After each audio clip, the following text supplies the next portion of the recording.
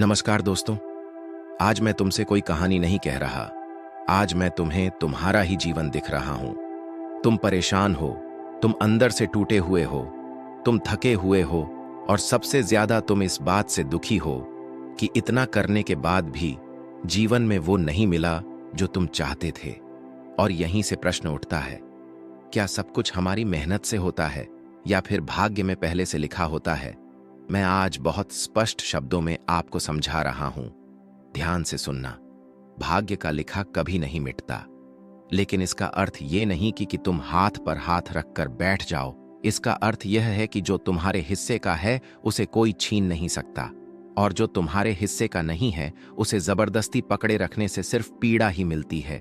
जब बीज जमीन में बोया जाता है, उसमें पानी डाला जाता है, धूप मिलती है, लेकिन फल कब आएगा ये किसान तय नहीं करता, परंतु फल अपने समय पर ही आता है। ठीक वैसे ही तुम्हारा कर्म भी बीज है, तुम्हारी श्रद्धा पानी है, तुम्हारा धैर्य धूप है और भाग्य उसका फल है। अब समस्या कहां आती है? समस्या तब आती है जब तुम बीज आज ही बोकर फल भी आज ही तोड़ना चाहते हो। यही अधैर्य मनुष्य को तोड़ देता है। हजारों जीवन जो सही मार्ग पर चल रहे थे फिर भी उन्हें कष्ट मिला, और ऐसे भी जीवन जो कुछ खास नहीं कर रहे थे फिर भी सुख में थे। तब लोग कहते हैं यह अन्याय है। नहीं, यह अन्याय नहीं है, यह अधूरा ज्ञान है। तुम केवल इस जन्म का हिसाब देख रहे हो। ईश्वर पूरा लेखा देखता है। जो आज तुम्हें मिलता दिख रहा है वह आज का नहीं, वह वर्षों पहले बोए गए कर्मों का फल है। और जो आज तुम बो रहे हो उसका फल आज नहीं, समय आने पर मिलेगा। इसलिए मैं बार बार कहता हूं, शांत रहो। जो शांत रहना सीख गया, मौन रहना सीख गया, वह आधा युद्ध जीत गया। तुम चिंता में जलते हो, तुम सोच सोच कर टूटते हो, तुम रातों को सो नहीं पाते, लेकिन क्या चिंता से आगे की एक भी पंक्ति बदल जाती है? नहीं तो फिर चिंता क्यों? समय से पहले मिला हुआ सुख अहंकार देता है, और समय से पहले मिला हुआ दुख ज्ञान देता है, और ज्ञान ही मनुष्य को ईश्वर के निकट लाता है। तुम कहते हो मैं सच्चा हूं, फिर भी मेरे साथ गलत क्यों हो रहा है? मैं कहता हूं, सच्चा सोना आग में ही तपता है। अगर आज तुम्हें किसी ने धोखा दिया है तो समझ लेना ईश्वर ने तुम्हें एक भ्रम से बचा लिया। अगर आज तुम्हें किसी ने छोड़ दिया है तो समझ लेना ईश्वर ने तुम्हारे बोझ को हल्का किया। क्योंकि जो तुम्हारे भाग्य में नहीं होता वह देर सवेर चला ही जाता है, और जो हमारे भाग्य में होता है उसे पूरी दुनिया भी तुमसे अलग नहीं कर सकती।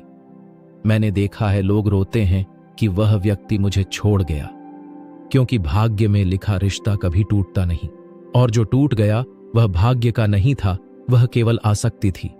ईश्वर कभी कुछ छिनता नहीं, वह केवल अदला बदली करता है।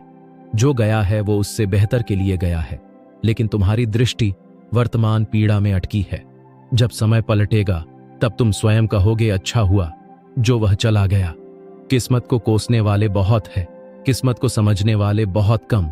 भाग्य कोई पत्थर नहीं कि बदल ना जा सके। भाग्य मिट्टी है जो कर्म से आकार लेती है, लेकिन आकार लेने में समय लगता है, और जो समय का सम्मान करता है समय उसका सम्मान करता है। जो होना है वह होकर रहेगा, लेकिन तुम कैसे उस समय से गुजरते हो ये हमारे हाथ में है। रोते हुए गुजरोगे तो पीड़ा बढ़ेगी, समझते हुए गुजरोगे तो शक्ति बढ़ेगी। भगवान ने तुम्हें कमजोर नहीं बनाया, तुम्हें बस याद नहीं है कि तुम कितने मजबूत हो। जब जीवन तुम्हें चुप कर देता है तब आत्मा बोलती है, जब दुनिया साथ छोड़ता है तब ईश्वर पास आते हैं, और जब सब कुछ टूटता हुआ लगता है तब वास्तव में नया निर्माण शुरू होता है। इसलिए मैं कहता हूं, भाग्य पर विश्वास रखो लेकिन कर्म मत छोड़ो। प्रार्थना करो लेकिन प्रयास मत छोड़ो। ईश्वर पर भरोसा रखो लेकिन स्वयं से मत भागो। जो तुम्हारा है वह आएगा, सही समय पर, सही रूप में, और इतना मिलेगा कि तुम सोचोगे कि इतना भी मिल सकता था। बस शर्त एक है, मन को शांत रखना सीखो, हृदय को पवित्र रखो और समय को अपना काम करने दो। और याद रखना, जो अभी समझ में नहीं आ रहा वही कल तुम्हारी सबसे बड़ी सीख बनेगी। तुम्हारा वर्तमान दुख तुम्हें क्या सिखा रहा है? क्योंकि हर पीड़ा सिर्फ रुलाने नहीं आती, कुछ सिखाने भी आती है। लेकिन मनुष्य की आदत है दर्द में फंस जाना, सिख को अनदेखा करना। जब तक तुम्हें सिर्फ नुकसान दिखेगा तब तक तुम टूटते रहोगे, और जिस दिन तुम्हें अर्थ दिखने लगेगा उसी दिन तुम मजबूत हो जाओगे। ईश्वर जल्दी नहीं करता लेकिन देर भी नहीं करता। जो समय पर मिलना है वही मिलता है, और जो समय से पहले मिला वो अक्सर बोझ बन जाता है। तुम्हें लगता है कि देर हो रही है, लेकिन ईश्वर जानता है कि अगर अभी दे दिया तो तुम संभाल नहीं पाओगे। जैसे छोटे बच्चों को तेज हथियार नहीं दिया जाता, वैसे ही अधैर्य मनुष्य को बड़ा उत्तरदायित्व नहीं दिया जाता। इसलिए रुको, मौन होकर रुको। रुकना हार नहीं है, रुकना तैयारी है। बहुत से लोग जल्दी पाने की कोशिश में बहुत कुछ खो देते हैं, और जो इंतजार करना सीख लेते हैं वे बहुत पाते हैं जो उनके लिए बना हुआ होता है। तुम कहते हो मेहनत बहुत की पर फल नहीं मिला, पर क्या बीज बोते ही किसान रोने लगता है कि अभी तक फसल क्यों नहीं आई? नहीं, वह जानता है कि बीच में मौसम भी खराब आएगा, आंधी भी आएगी और कभी सूखा भी पड़ेगा, लेकिन वो खेत छोड़कर भागता नहीं। ठीक वैसे ही जीवन के खेत में धैर्य से टिके रहो। जो आज तुम्हें तोड़ता हुआ दिखाई दे रहा है वही कल तुम्हें भरेगा, क्योंकि बिना टूटे कोई भी अंदर से मजबूत नहीं बनता। जो बहुत जल्दी सफल हो जाते हैं वे भीतर से बहुत खोखले होते हैं, और जो देर से उठते हैं वे बहुत गहरी जड़ पकड़ते हैं। ईश्वर ऊंचाई नहीं देखता, वह गहराई देखा है। तुम्हारी परीक्षा इतनी लंबी चल रही है क्योंकि तुम्हारी मंजिल छोटी नहीं है। अगर लक्ष्य साधारण होता तो संघर्ष भी साधारण होता है। इसीलिए अपने संघर्ष को अपमान मत समझो। ये प्रमाण है कि ईश्वर तुम पर काम कर रहा है। तुम्हें लगता है तुम अकेले हो, लेकिन सुनो, सबसे गहरी तैयारी अकेलेपन में ही होती है। भीड़ में केवल शोर होता है, एकांत में परिवर्तन होता है। जब तुम्हारे पास कुछ नहीं बचता तब तुम स्वयं से मिलते हो, और स्वयं से मिलने वाला मनुष्य किसी से नहीं डरता। जो आज तुम्हारे आंसू नहीं देख रहा, कल वही तुम्हारी स्थिरता देखकर आश्चर्य करेगा। लेकिन तब तक तुम बदल चुके होंगे, तब तुम्हें उनकी स्वीकृति की आवश्यकता नहीं रहेगी, क्योंकि जो स्वयं को ईश्वर के चरणों में सौंप देता है वह संसार की प्रशंसा का भूखा नहीं रहता। भाग्य में लिखा कभी नहीं मिटता, लेकिन भाग्य का समय मनुष्य को बदल देता है। जो आज तुम्हें अन्याय लग रहा है वही कल तुम्हारी सबसे बड़ी ढाल बनेगा। इसलिए शिकायत मत करो, समर्पण करो। समर्पण कमजोरी नहीं है, समर्पण सबसे बड़ी शक्ति है। जब तुम कहते हो हे प्रभु तू जैसा रखे मुझे स्वीकार है, तभी दुख का भार हल्का हो जाता है। और याद रखना, ईश्वर से जुड़ा मनुष्य कभी खाली नहीं होता। उसके पास भले ही संसाधन काम हो, लेकिन धैर्य बहुत होता है, और हर बंद दरवाजे की कुंजी है। तुम्हें बस अपने मन को समझना कि जो चल रहा है वह अंत नहीं है, ये केवल एक अध्याय है, और जो अध्याय तुम्हें रुला रहा है वहीं अगले अध्याय में तुम्हें गहराई देगा। इसलिए पूछो नहीं, उन्हें समझो, क्योंकि इन्हीं आंसुओं में तुम्हारी अगली शक्ति छिपी हुई है।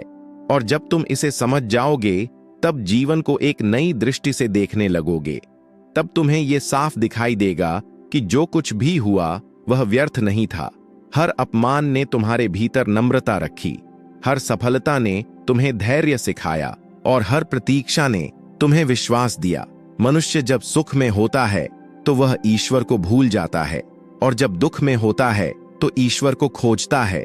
लेकिन जो मनुष्य दुख में भी ईश्वर को थामे रहता है वही सच्चा भक्त है। तुम कहते हो मैंने प्रार्थना की, फिर भी कष्ट क्यों?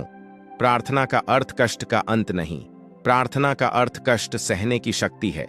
ईश्वर तुम्हारे जीवन से अंधेरा नहीं हटाता, वह तुम्हें दीपक बनाता है, और दीपक बनने में जलना पड़ता है। इसलिए अगर आज तुम जल रहे हो तो समझ लो तुम रोशनी बनने वाले हो। लेकिन भाग्य यह जरूर देखता है कि तुम उसके योग्य बने या नहीं। बिना परिपक्व हुए फल मीठा नहीं होता, और बिना तपे मनुष्य श्रेष्ठ नहीं होता। तुम्हें लगता है कि तुम्हारे साथ ही सब गलत हो रहा है, लेकिन यह केवल भ्रम है। जिसे ईश्वर चुनता है उसे पहले अलग करता है, भीड़ से अलग, शोर से अलग, और दिखावे से अलग। क्योंकि भीड़ में सत्य की आवाज दब जाती है, एकांत में ही आत्मा बोलती है। जब तुम सबसे ज्यादा अकेले होते हो तब तुम ईश्वर के सबसे करीब होते हो। लेकिन मन इस बात को मानने से डरता है। मन चाहता है तुरंत परिणाम, तुरंत सहारा, तुरंत सुख, और जीवन कहता है रुको, ये रुकना तुम्हारी परीक्षा है। जो इस रुकने को समझ गया वह जीवन को समझ गया, क्योंकि जो रुक सकता है वही आगे बढ़ सकता है। तुम्हें लगता है कि समय तुम्हारे खिलाफ है, लेकिन समय कभी किसी के खिलाफ नहीं होता, वह केवल तैयारी करता है। आज जो दरवाजा बंद दिख रहा है वह दरवाजा नहीं, तुम्हारा प्रशिक्षण है। और जब तुम तैयार हो जाओगे तो वही दरवाजा अपने आप खुल जाएगा। इसलिए दरवाजे को मत कोसो, स्वयं को गढ़ो। मनुष्य अक्सर दूसरों को दोष देता है, पर स्वयं से कभी सवाल नहीं करता। यदि आज तुम्हें ठुकराया गया तो पूछो, मैंने क्या सीखा? यदि आज तुम हार गए तो पूछो, मैं और मजबूत कैसे बनूं? क्योंकि जो सीखता रहता है वह कभी भी नहीं हारता। जीवन में कोई भय, दुख नहीं, जैसे कोई स्थायी सुख नहीं। सब बदलता है, और जो बदलते समय में अपने मन को साधना सीख लेता है, वही सच्चा विजेता है।